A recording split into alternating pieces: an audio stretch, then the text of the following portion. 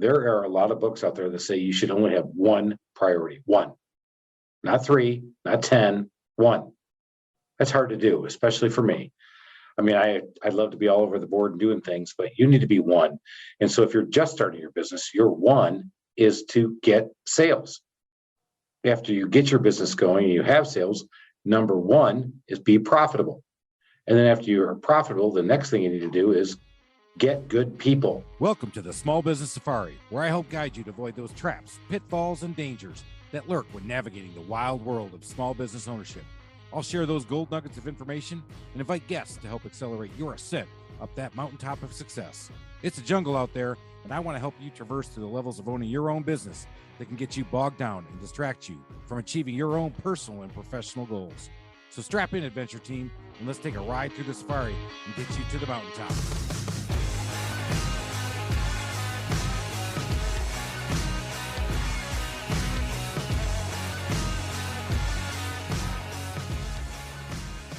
Hey, everybody, it's Chris again, and welcome to the Small Business Safari mini podcast, where this week we're talking about meeting with Heather Rogers, a simplified life and a simplified business. She was amazing this week, and if you didn't have a chance to listen to it, here's 5 minutes of the absolute best that I've seen and listened to in a long time. Heather is an organizer in the Atlanta area and has numbers of people who work for her, and they basically organize people's lives. They help them get organized. But basically, she is a part therapist, and then she has to figure out how to help people get over the fact that they have too much stuff, and too much stuff is actually bringing their mentality down, bringing their whole persona down, and their life is just kind of going the wrong way when you have too much stuff in your life. Does that sound familiar, everybody? I have too much stuff. I have too many things going on. I have too many activities going on. I have just too much going on. We always like to have a lot of activities going on, but you need to prioritize what you're working on and where you're going. This is hard. One of the biggest lessons she talked about was sometimes you just have to say no. And Alan doubled down and said, my definition of multitasking is doing many things poorly. Think about that for a minute.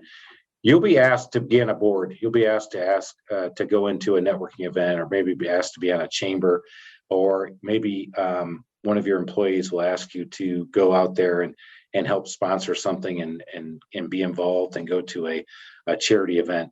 And you start saying yes, yes, yes, yes, yes. And then when you don't actually follow through with the commitment, who looks bad?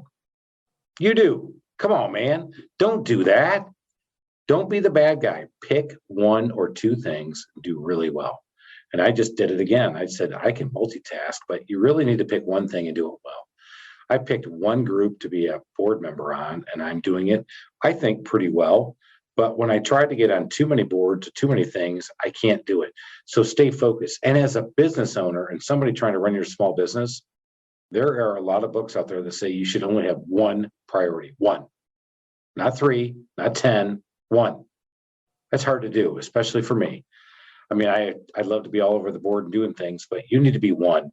And so if you're just starting your business, your one is to get sales. After you get your business going and you have sales, number one is be profitable. And then after you're profitable, the next thing you need to do is get good people.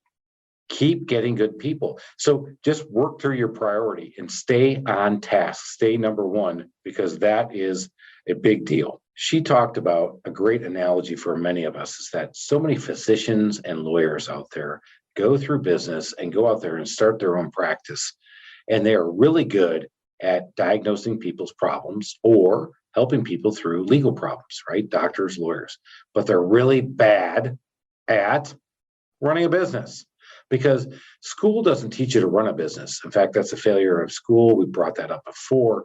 But if you think about your doctors and physicians, they truly are artists. They are the best technicians out there because they have been to school and they know how to take care of your heart, your brain, your body. They know how to take care of maybe any legal issues you've had. If you unfortunately have some, they're just really sharp at figuring that stuff out, but they're just not really good at running a business. If you're going to get into this, you got to run a business well. And doing many things poorly is not going to help you. So how do you figure out how to do all this stuff? Find the stuff that you're not good at and outsource it. So in my case, one of the first things I outsourced eventually was bookkeeping. I thought I was a really good bookkeeper. I'm not.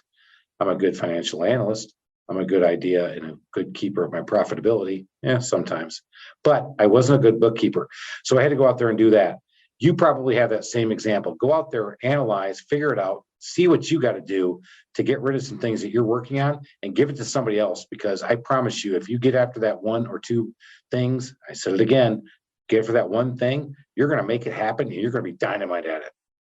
If you need some more help on things, give us a call, give us a shout.